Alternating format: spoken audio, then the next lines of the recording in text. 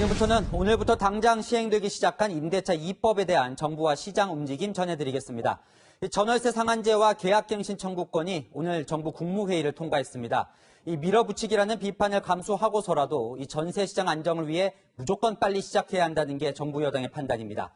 하지만 졸속 입법을 우려하는 목소리도 많습니다. 먼저 전혜정 기자입니다. 2년 계약 기간을 자동으로 한 번 더 연장하고 전세값 상승폭을 최대 5% 이내로 제한하는 계약갱신 청구권제와 전월세 상한제가 오늘부터 시행됐습니다. 임시 국무회의 개최에 별건의 관보까지 발행해 속전속결로 처리한 겁니다.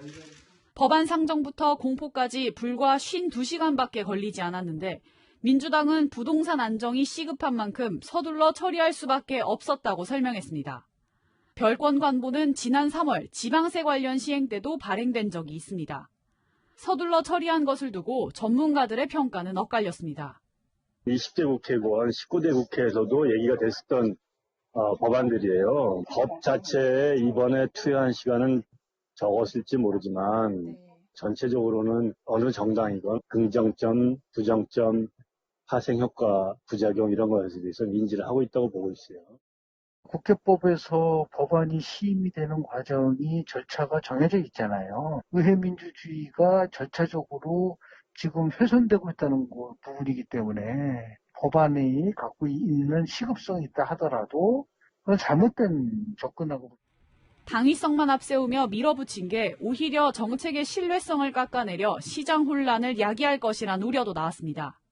조금 더 긴 호흡으로 너무 급하게 하지 말고 좀 시장 효과를 봐가면서 이렇게 좀 갔으면 좋겠다. 이렇게 되면은 정책의 신뢰성이 일단은 많이 무너지는 거기 때문에 계속 어떻게 바뀔지를 알 수가 없는 거 아니에요. 민주당은 다음 달 4일 마지막 본회의에서 전월세 신고제, 공수처 후속 3법 등도 신속하게 처리할 예정입니다. 채널A 뉴스 전혜정입니다. 이 임대차 2법이 진짜 임차인에게 도움이 될 것인가를 두고 여러 논란이 있는데요. 이 와중에 저는 임차인입니다. 이렇게 시작하는 한 야당 초선 의원의 국회 연설이 큰 화제가 되고 있습니다. 손영일 기자입니다.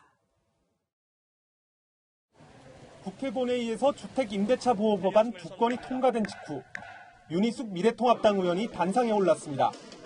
자신도 전세를 산다며 연설을 시작했습니다. 저는 임차인입니다. 저에게 든 생각은 4년 있다가 꼼짝없이 월세로 들어가게 되는구나 하는 생각이었습니다. 이제 더 이상 전세는 없겠구나. 그게 제 고민입니다. 민주당이 통과시킨 임대차법 때문에 전세가 사라질 것이라고 지적한 겁니다. 그러면서 임대인이 집을 세놓는 것을 두려워하는 순간 시장이 붕괴된다면서 졸속 심의를 비판했습니다.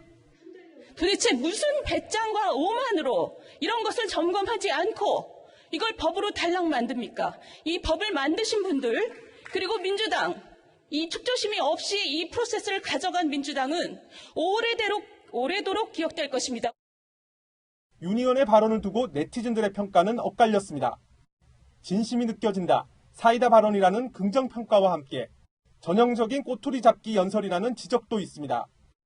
진중권 전 동양대 교수는 국민 상당수 심정을 대변했다며 이제야 제대로 한다고 평가했습니다. 반면 민주당은 필요한 민생 법안임을 강조했습니다. 이번 주택임대차 보호법 개정안은 안정적이고 인간다운 생활을 할 권리를 찾아준 의미가 있는 민생 법안임을 다시 한번 강조드립니다. 민주당은 임대차 보호법으로 전월세 가격이 상승한다는 주장은 주택시장의 혼란과 교란을 부추기는 자극적 선동이라고 비판했습니다. 채널A 뉴스 손영일입니다. 그렇다면 실제 시장 반응은 어떨까요? 임대차법이 시행된 첫날 전세 시장이 특히 혼란에 휩싸였습니다. 우려대로 집주인과 세입자 간 갈등도 표면으로 드러나고 있습니다. 박정서 기자가 현장 목소리 들어봤습니다. 계약갱신 청구권과 전월세 상한제가 전격 시행되면서 지역 중개업소마다 문의 전화가 빗발쳤습니다.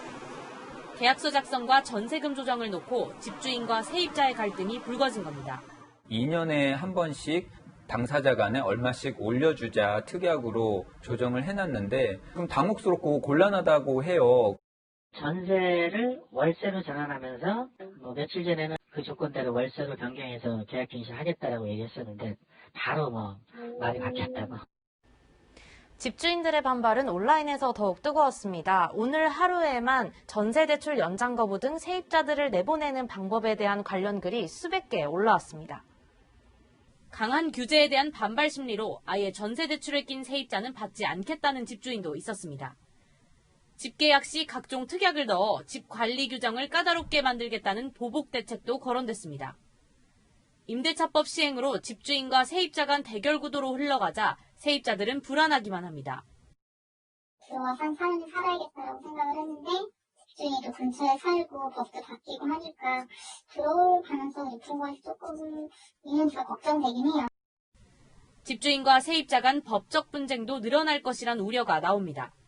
전문가들은 법 시행 초반 시장 혼란을 막기 위해서 구체적인 가이드라인이 마련돼야 한다고 지적합니다.